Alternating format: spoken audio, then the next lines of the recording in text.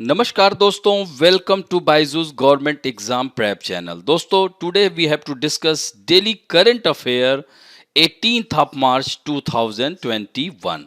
यानी आज हम लोग बात करेंगे 18 मार्च 2021 के विभिन्न समाचार पत्रों में से, जो कि आपके आगामी परीक्षाएं CHSL combined graduate level, NTPC, intelligence bureau and other state services exam, इन सभी के लिए यह यूजफुल होगी। तो आइए एक एक करके चर्चा करते हैं आज के नेशनल अफेयर्स में।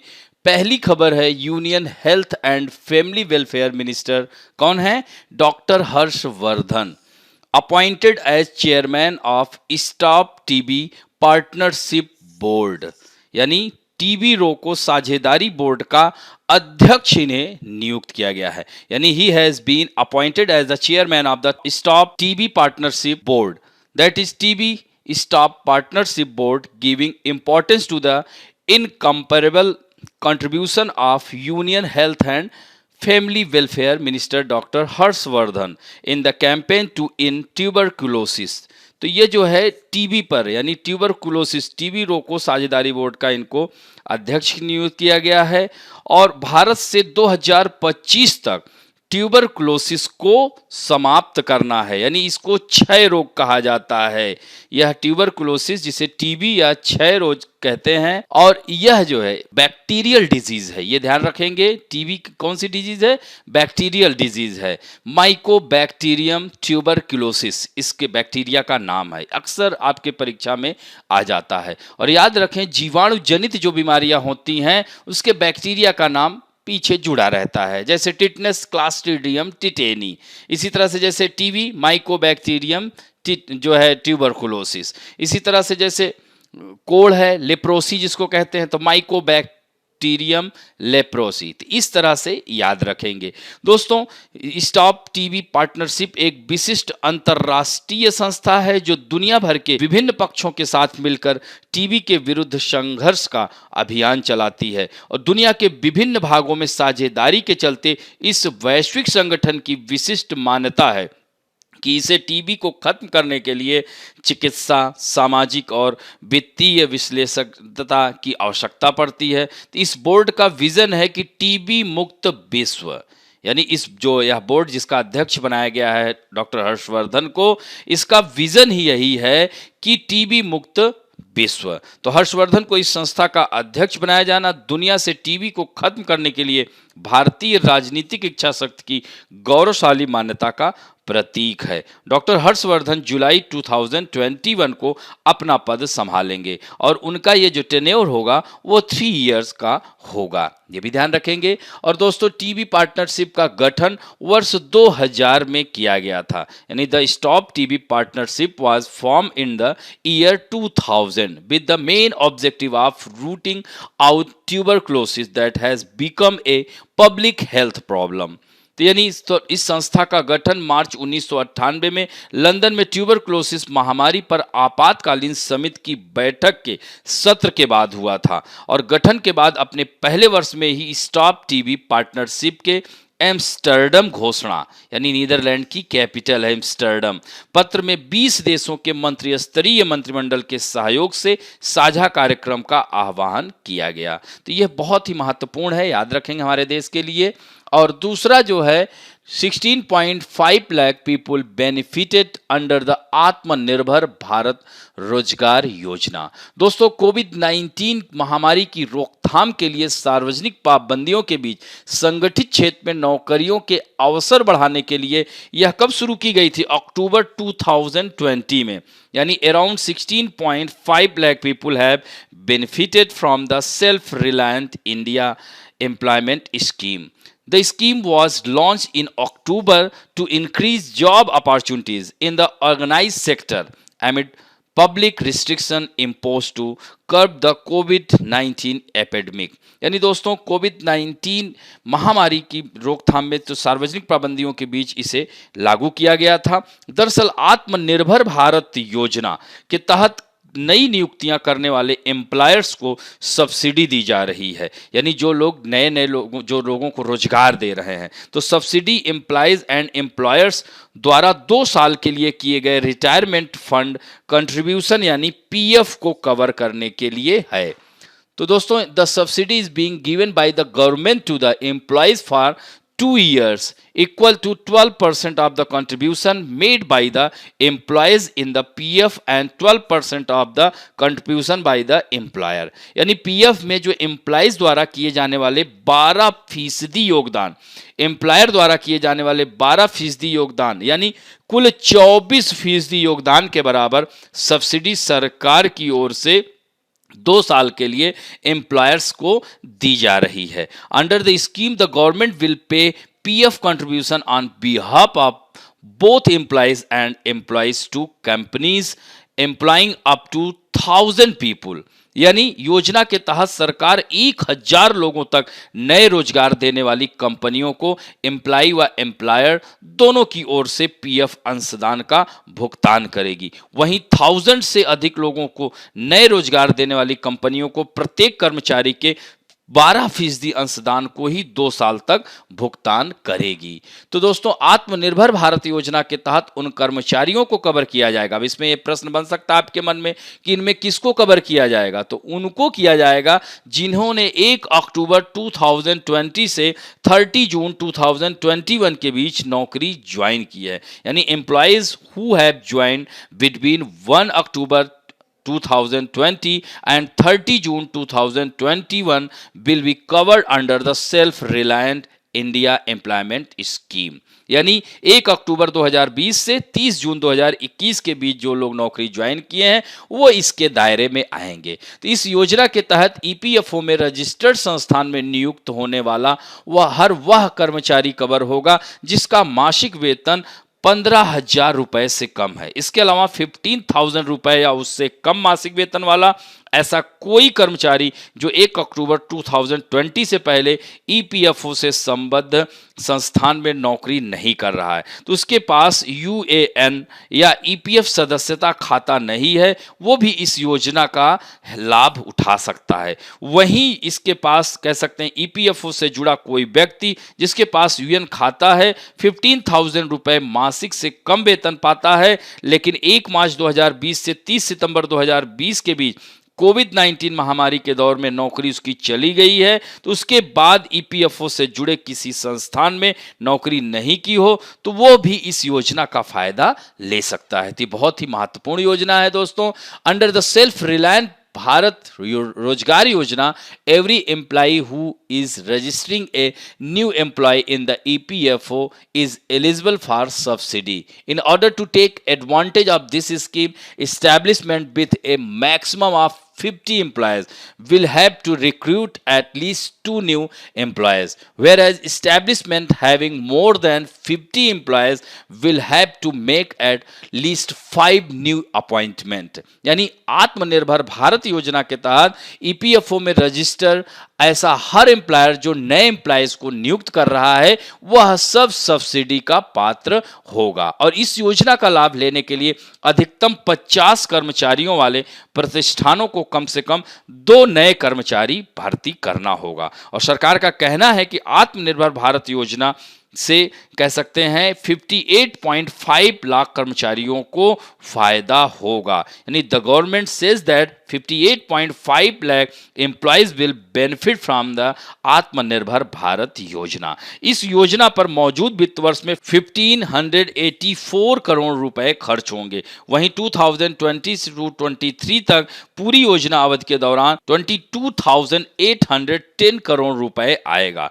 इस योजना को सामाजिक सुरक्षा लाभ के साथ साथ नए रोजगार के सृजन और महामारी के दौरान रोजगार के नुकसान की भरपाई को प्रोत्साहित करने के लिए शुरू किया गया है। तो ये बहुत ही महत्वाकांक्षी योजना है।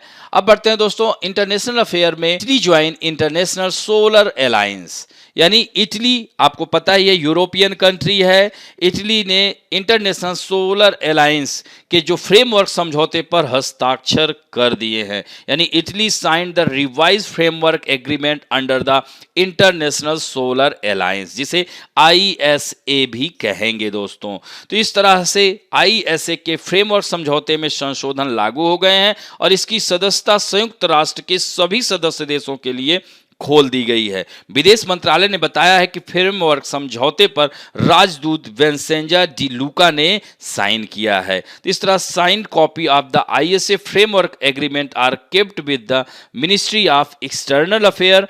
Foreign secretary Harshvardhan Shringla met Italian ambassador Vincenzo Di Luca in India and welcomed Italy's participation in the International Solar Alliance. He also discussed Italy's G20 presidency and vaccine friendship. यानी इन दोनों लोगों ने, कह सकते हैं हमारे देश के जो राजदूत और इटली के राजदूत विंसेंजो डी लूका से मुलाकात की और सोलर जो इंटरनेशनल सोलर अलायंस है उसमें शामिल होने के लिए उनको वेलकम किया और उन्होंने इटली में G20 की अध्यक्षता और जो वैक्सीन मैत्री पर भी चर्चा की।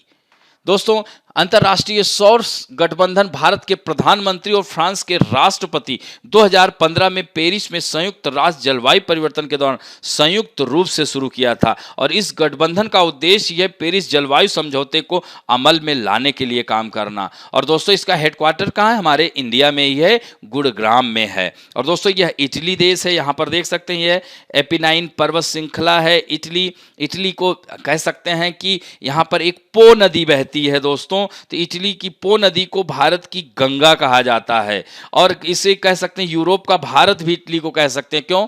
क्योंकि यहाँ की जो पर्वत श्रृंखलाएं हैं वो भी नवीन पर्वत श्रृंखलाएं हैं। जैसे हमारे देश में हिमालय पर्वत श्रृंखला है, यहाँ पर गंगा नदी है, वहाँ हमारे भारत में गंगा नदी है तो वहाँ पो नदी है, और इधर एड्रियाटिक सी है और इधर आप देख सकते हैं टायरेनियन सी है। यहाँ पर ये देख सकते हैं यह कोर्सिका है और ये सार्डिनिया है। इसके बीच में बेनीफेसियो जल संधि है, इसे भी याद रखना। ये सिसिली द्वीप है, यहाँ ज्वालामुखी उद्गार होता रहता है, ये भी महत्वपूर्ण है। और दोस्तों, इटली की राजधानी रोम है जो कि टाइबर नदी के किनारे बसा हुआ है और टाइबर नदी कस्पिट डेल्टा का निर्माण करती है।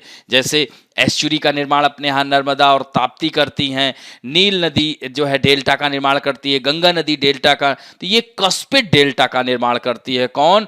टाइबर नदी, जो कि किसके किनारे बसा है? मतलब टाइबर नदी के किनारे कौन बसा है शहर? रोम शहर, और ये है रोम इसकी राजधानी। अब बढ़ते हैं दोस्तों, WHO declare El Salvador free of malaria.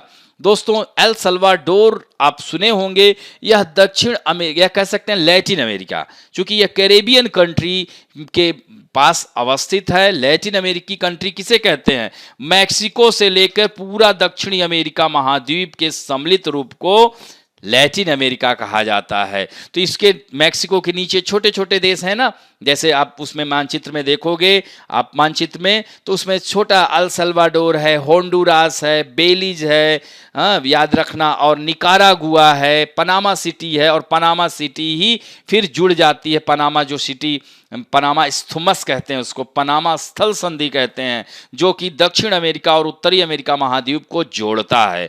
तो दोस्तों, ये छोटे छोटे देश हैं। एल सल्वाडोर मलेरिया फ्री हो गया है, WHO ने इसको मलेरिया फ्री घोषित किया, और यह मध्य अमेरिका यानी ये मिडिल अमेरिका के अंतर्गत आएगा, पहला देश है और संपूर्ण अमेरिका में तीसरा देश बन गया है। जब कोई देश एक उचित संदेश से परे साबित होता है तो पिछले 3 क्रमागत वर्षों से देश भर में बीमारी का कोई स्वदेशी संचरण नहीं हुआ है तो WHO मलेरिया उन्मूलन का प्रमाण पत्र दे देता है। तो El Salvador is the first country in central Asia and has become the third country in the whole of America to be certified malaria free by the world health organisation. दोस्तों, El Salvador में 1996 से malaria का प्रकोप नहीं हुआ था और 2017 के बाद से किसी भी तरह के स्वदेशी मामलों की सूचना नहीं है। तो 90 में देश में प्रतिवर्ष 9000 मलेरिया के केसेस दिखते थे। और मलेरिया कौन सी बीमारी है? बैक्टीरियल है कि वायरल है कि फंगल है कि प्रोटोजोवन? ये भी प्रश्न आ जाता है। तो दोस्तों, याद रखना, मलेरिया प्रोटोजोवन डिजीज है।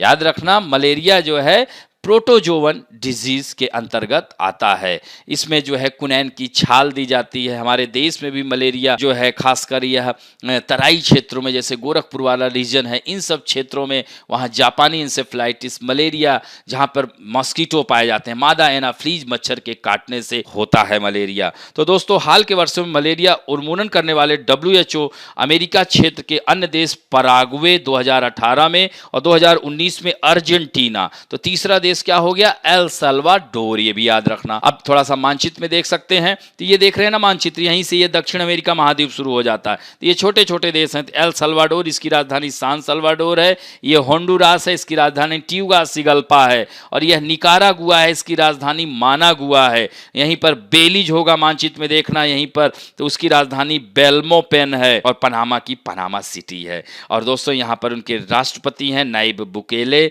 और सैन साल्वाडोर राजधानी है, अल साल्वाडोर कोलन यहाँ की करेंसी है। अब बढ़ते हैं दोस्तों India Brazil South Africa IBSA women's forum meeting. दोस्तों the 6th India Brazil South Africa women's forum was held on 16 March 2021 organized by the Ministry of Women and Child Development, Government of India. This forum was attended by the responsible ministers and officials of women affairs of IBSA country in this forum. तो IBSA मतलब IBSA यानी India Brazil and South Africa, यह 3 देशों का संगठन है। Brazil Bharat south Africa त्रिपक्षीय सहयोग मंच एक अनूठा मंच है जो 3 अलग अलग महाद्वीपों से, अब देखिए ना, साउथ अफ्रीका अफ्रीका कॉन्टिनेंट से, ब्राजील साउथ अमेरिका कॉन्टिनेंट से, एंड हमारा इंडिया एशिया कॉन्टिनेंट से। तो इस तरह से 3 बड़े लोकतंत्रों और प्रमुख अर्थव्यवस्थाओं को एक साथ लाने का काम करता है। और सभी 3 देश बहुलवादी, बहुसंस्कृति, बहुजाति, बहुभाषी और बहुधार्मिक राष्ट्र विकसित कर रहे हैं। यानी कह सकते हैं कि यह Brazil and South Africa 3 large democracies and major economies from 3 different continent. All 3 countries are developing pluralistic, multicultural, multi ethnic, multilingual and multi religious nations. दोस्तों जैसे हमारे देश में देखिए ना, विभिन्न प्रकार की भाषाएं, बोलियां, कितनी सारी विविधताएं हैं। इसी तरह से ब्राजील में भी ढेर सारी विविधताएं हैं। वहां भी ट्राइब्स ग्रुप पाए जाते हैं। वहाँ भी जो है जैसे नगरीकरण है और जो है ग्रामीण क्षेत्र है। तो इस तरह से यह ब्राज़ील भी विश्व का 5वां सबसे बड़ा एरिया वाइज कंट्री है और साउथ अमेरिका कॉन्टिनेंट का एरिया एंड पॉपुलेशन वाइज सबसे बड़ा देश है। तो यह जो है बैठक भारत में हुई और भारत की तरफ से इस फोरम की अध्यक्षता किसने की? स्मृति जुबिन ईरानी, इनका नाम सुना होगा, ये टेक्सटाइल मिनिस्टर भी हैं। इसके साथ साथ महिला और बाल विकास मंत्रालय भी इन्हीं के हाथ में है। तो इस वैश्विक महामारी की दौर में जिसने कई तरीकों से दुनिया भर में लाखों लोगों के जीवन को प्रभावित किया है, तो महिला बाल और विकास मंत्री ने इस बात पर प्रकाश डाला है कि पहले से कहीं ज्यादा वर्ष 2020 में महिलाओं और लड़कियों के अधिकारों में पहले से कहीं अधिक वृद्धि, सर्वव्यापकता और महत्व मिला है। तो इसमें यही सब बातों पर चर्चा हुई है और प्रतिभागी देशों ने कोविड-19 की चुनौतियों से निकलने के लिए टीके, मास्क, सैनिटाइजर, PPE किट आदि दूसरे देशों को देने के लेकर भारतीय सरकार के प्रयासों की सराहना भी की। इन दोनों देशों ने भारत की तारीफ की। The participating countries appreciated the efforts of the government of India to provide vaccine, mask, sanitizer, PPE kits, etc. to other countries to overcome the challenge of COVID-19. तो इस मंच ने संरचनात्मक और संस्थागत बाधाओं को संबोधित करने के साथ साथ लैंगिक समानता को भी मजबूत करने के लिए महिलाओं की स्थिति में और सुधार करने के लिए अपनी दृष्टि को आगे बढ़ाने का भी संकल्प लिया। और सम्मेलन के अंत में जीवन के सभी क्षेत्रों में लैंगिक समानता प्राप्त करने के लिए इब्सा के लक्ष्यों और प्रतिबद्धताओं पर प्रकाश डालते हुए एक संयुक्त घोषणा पत्र भी जारी किया गया है। यानी joint manifesto was also released in highlighting the goals and commitment of IBSA to achieve gender equality in all walks of life. तो यह भी महत्वपूर्ण है दोस्तों। अब बढ़ते हैं various national international personality news में। World Bank Deepak Mishra to be director of ICRIER, यानी Deepak Mishra of World Bank has been appointed as the director and chief executive of Indian Council of Research on International Economic Relations. He will replace Rajat Kathuria, यानी रजत कथुरिया की जगह यह स्थान लेंगे। विश्व bank के दीपक मिश्रा को अंतर्राष्ट्रीय आर्थिक संबंधों पर भारतीय अनुसंधान परिषद का निदेशक एवं मुख्य कार्यकारी नियुक्त किया है। दीपक मिश्रा इससे पहले विश्व बैंक में माइक्रो इकोनॉमिक्स, कारोबार एवं वैश्विक निवेश के प्रैक्टिस मैनेजर थे, यानी Deepak Mishra was previously the practice manager of micro economics, business and global investment at the World Bank. In addition, he has also been a co-director of the World Development Report 2016, economics of the World Bank in countries such as Ethiopia, Pakistan, Sudan and Vietnam. दोस्तों, इसकी स्थापना 1981 में हुई थी. इसका headquarter नई दिल्ली में है, ये भी ध्यान रखेंगे. और दीपक मिश्रा कई जर्नल में प्रकाशित हुए हैं. इनको पता है, अपीयर्ड इन सेवरल जर्नल्स. वह जो है 2001 से 4 तक भारत में भी विश्व बैंक के अर्थशास्त्री रहे हैं. उड़ीसा में पैदा हुए दीपक मिश्रा विश्व बैंक से जुड़ने से पहले Tata Motors, Federal Reserve Board and university of Maryland में भी काम कर चुके हैं. यानी he has also been a World Bank economist in India until 2001 to 4. Odisha born Deepak Misra has also worked at Tata Motor, Federal Reserve Board and University of Maryland before joining the World Bank. ये भी fact याद रखेंगे दोस्तों. और banking and finance related news में हम बात करेंगे आज 118.34 crore people have mobile phone in India and 75.67 crore people access internet. यानी 75 करोड़ से अधिक लोग इंटरनेट का प्रयोग कर रहे हैं. तो in the country in January 2021 96 lakh telecom subscriber grew and the total number has been 118.34 crore. Internet has also reached 75.6 crore people from 74.74 crore.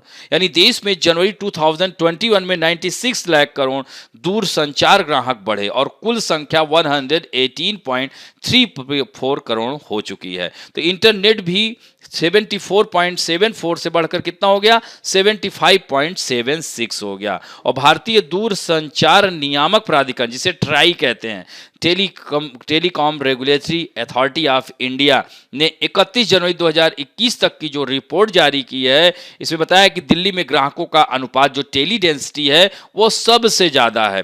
And report के अनुसार, अकॉर्डिंग टू रिपोर्ट, रिलायंस जियो के पास सबसे ज़्यादा 35.03% जो है मोबाइल फोन ग्राहक है. उसने जनवरी में 19.50 लाख नए ग्राहक जोड़े हैं. दोस्तों, वहीं 29.62 के साथ दूसरे नंबर पर एयरटेल ने 58.90 लाख यानी जियो से 3 गुना ज़्यादा ग्राहक जोड़े हैं. वहीं पर टाटा टेली सर्विसेज के ग्राहक की भी जुड़ने की वजह रही है. ग्राहकों में वोडाफोन आइडिया की हिस्सेदारी 24.58% है, BSNL की 10.21%, MTNL की 0.28% है. इस तरह से भारत में इंटरनेट ब्रॉडबैंड 75.76 करोड़ लोगों तक पहुंच चुका है.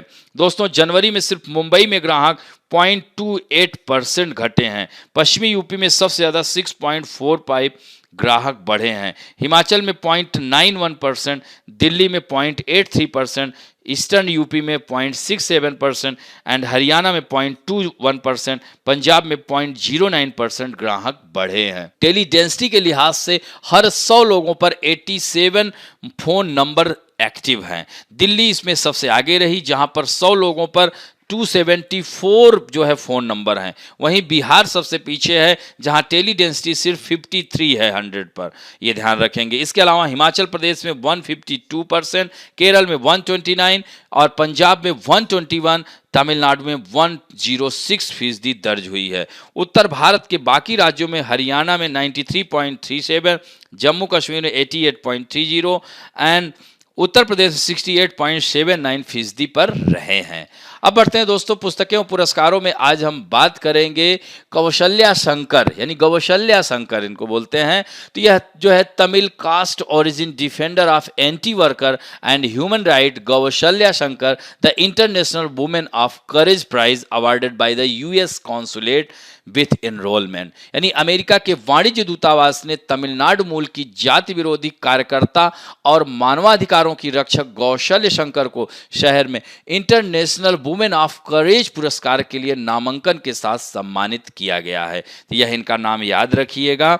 अगला जो है स्पोर्ट्स समाचारों में है, South Africa women's team defeated India by 5 wickets and won the series 4-1, यानी 5 मैचों की श्रृंखला में साउथ अफ्रीका ने 4 मैच जीता, 1 मैच हमारे भारत ने सिर्फ जीता। और ये कहाँ हुआ था? लखनऊ के इकाना स्टेडियम, जिसका नाम अटल बिहारी वाजपेयी स्टेडियम हो गया है। तो दोस्तों दक्षिण अफ्रीका की महिला क्रिकेट टीम ने 5वें और अंतिम वनडे में भारत को 5 विकेट से हराकर 5 मैचों की सीरीज 4-1 से जीत ली है।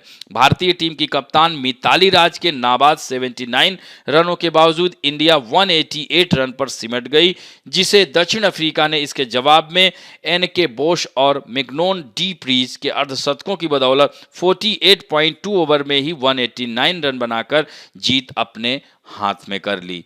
दोस्तों नेक्स्ट न्यूज है, ऑल इंग्लैंड बैडमिंटन चैंपियनशिप 2021 हो रहा है। इसमें पीवी सिंधु से काफी आस लगा रहे हैं हम लोग कि यह जीत सकती हैं। PV Sindhu reaches second round of women's single.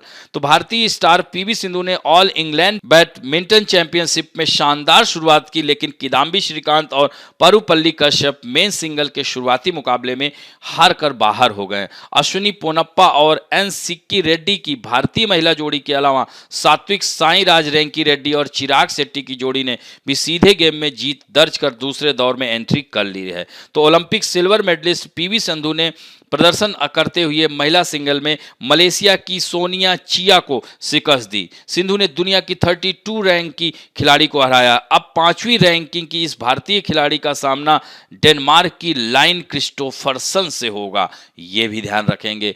अब बढ़ते दोस्तों महत्वपूर्ण दिवस में। दोस्तों आज ऑर्डिनेंस फैक्ट्रीज डे है, यानी 18 मार्च को आज के दिन देश भर में आयुध कारखाने दिवस मना रहे हैं। यह ऑर्डिनेंस फैक्ट्री का 219वां स्थापना दिवस है, यानी 1802 में आज ही के दिन इसकी स्थापना की गई थी। कहां? कोलकाता के कोसीपोर में। इस दिन पूरे भारत में प्रदर्शनियों में राइफलों, तोपों, तोपखानों, गोला बारूद आदि का प्रदर्शन किया जाता है। और दोस्तों दरअसल ऑर्डिनेंस फैक्ट्री डे देश भर में कुल 41 ऑर्डिनेंस फैक्ट्री के एक समूह है। इसका हेडक्वार्टर अयोध्या भवन कोलकाता में ऑर्डिनेंस फैक्ट्री बोर्ड है। ओएफबी साल 1971 में 2 अप्रैल के दिन नए अवतार में अस्तित्व में आया और वर्तमान में ओएफबी रक्षा उपकरण बनाने वाला विश्व का 37वां सबसे बड़ा निकाय है। और यह नए उपकरण रिसर्च के लिए किसकी सहायता लेता है? डीआरडीओ की एंड आईआईटी जैसे संस्थानों की मदद लेता है।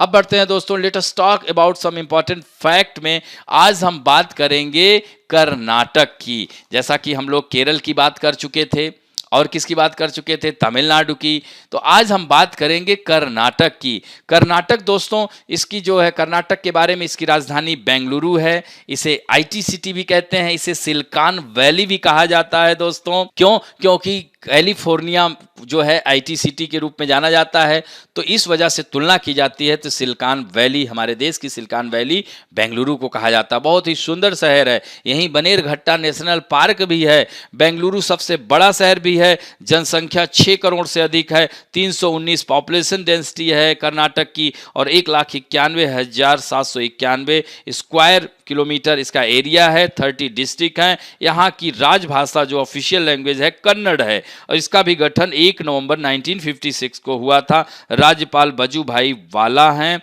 वीएस येदियुरप्पा जो है मुख्यमंत्री हैं।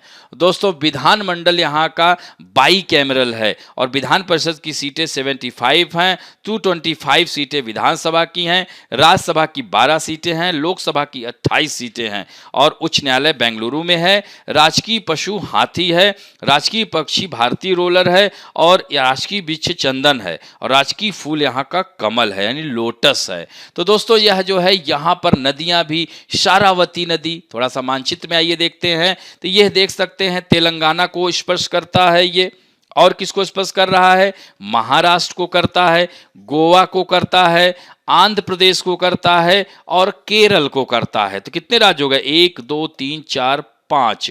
तो यहां पर आप देख सकते हैं, और ये 6 बच रहा है तमिलनाडु। तो 1 2 3 4 5 6। पहले एक बार प्रश्न आया हुआ है आप लोगों के कंबाइंड ग्रेजुएट लेवल में कि साउथ इंडिया में कौन से ऐसे 2 देश हैं जो 6 राज्यों की सीमाओं को टच करते हैं। जैसे दे देगा आंध्र प्रदेश और कर्नाटक, तमिलनाडु और कर्नाटक, तमिलनाडु और आंध्र प्रदेश। तो पहले आंध्र प्रदेश और कर्नाटक हुआ करते थे। अब आंध्र प्रदेश से तेलंगाना निकल जाने की वजह से कर्नाटक है जो 6 राज्यों को स्पर्श कर रहा है। 1 2 3 4 5 6, ध्यान रखेंगे। और दोस्तों यह पश्चिमी घाट, यहाँ पर देख रहे हैं ना, कारवार है, यही मंगलौर पोर्ट है, मंगलौर पत्तन, अब इसका नाम मंगलुरु हो गया है। इसे पोर्ट सिटी के नाम से जाना जाता है। और भारत का सबसे ऊंचा जलप्रपात, यानी क्या नाम है उसका?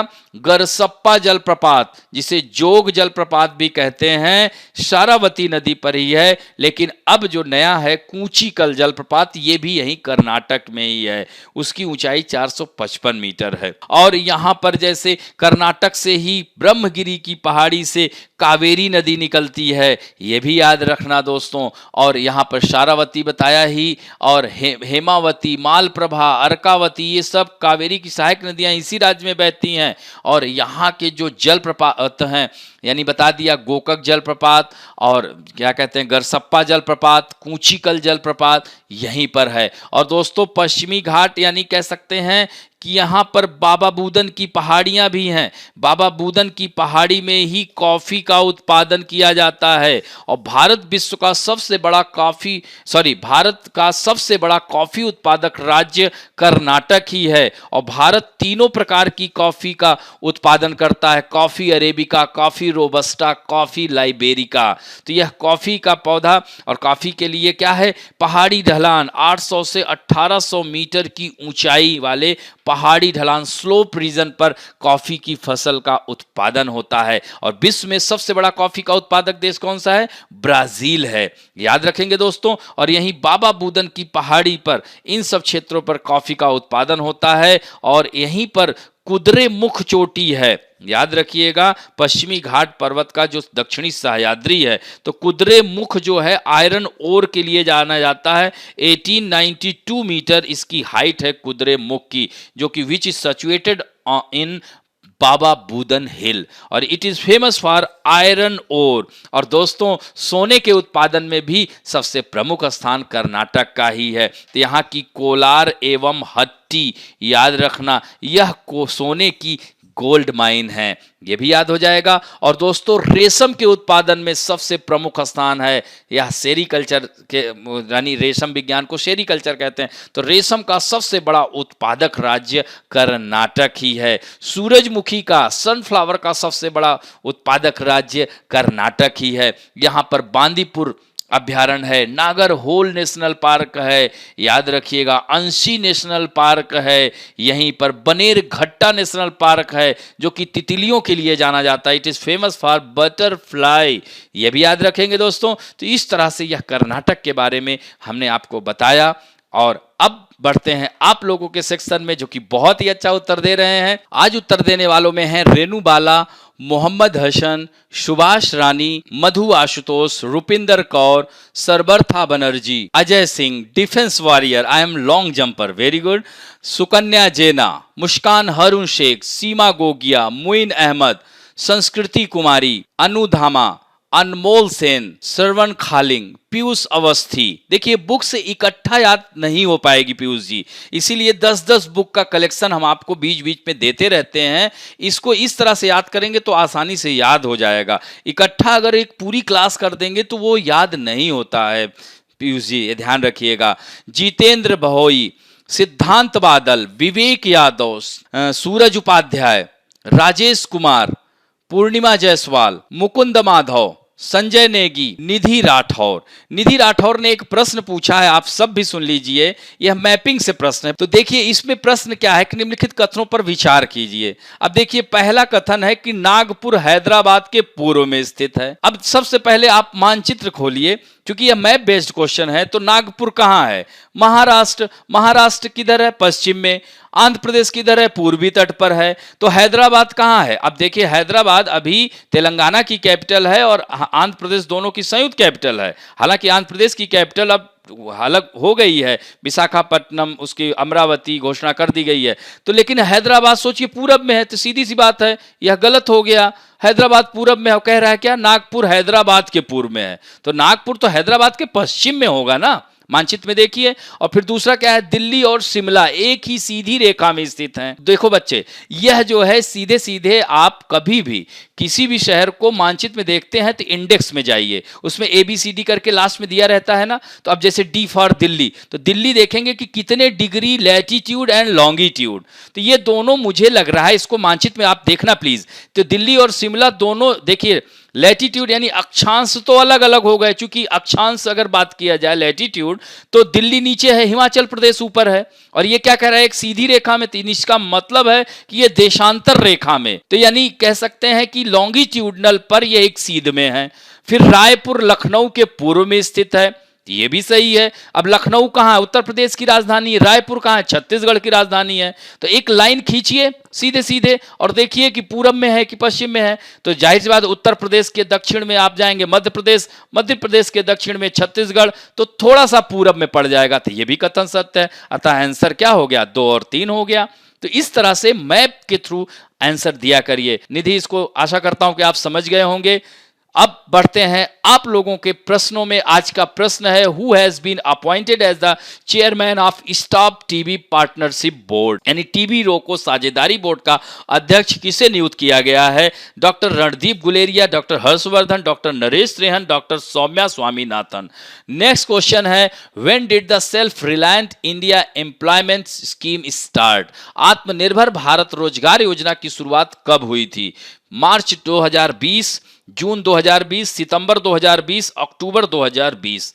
नेक्स्ट क्वेश्चन है, which country recently signed the revised framework agreement under the international solar alliance, हाल ही में किस देश ने अंतर्राष्ट्रीय सोलर गठबंधन के तहत संशोधित फ्रेमवर्क समझौते पर हस्ताक्षर किया है? इटली, बेल्जियम, फिनलैंड या नॉर्वे। नेक्स्ट क्वेश्चन है, which of the following country is not included in IBSA, यानी कौन शामिल नहीं है इब्सा में? यानी इब्सा एक संगठन है। Bharat, Brazil, South Africa and Mexico. Next question है, recently World health Organization declared which Latin American country as malaria free country, हाल ही में विश्व स्वास्थ्य संगठन ने किस लैटिन अमेरिकी देश को मलेरिया मुक्त देश घोषित किया है? Belize, Honduras, Guatemala, El Salvador. Next question है, recently Deepak Mishra has been appointed as the director of which organization? एशियाई development bank, ICRIER, UNCTAD, BRICS bank. तो इस तरह से यह चारों हम आपको थोड़ा कंफ्यूज करने के लिए चारों इंग्लिश में दिए हैं, इसको आपको बताना है। नेक्स्ट है, according to the telecom regulatory authority of India, यानी ट्राई कहते हैं report, which company has the most mobile phone customer, यानी भारतीय दूरसंचार नियामक प्राधिकरण की रिपोर्ट के अनुसार किस कंपनी के पास सबसे अधिक मोबाइल फोन ग्राहक हैं?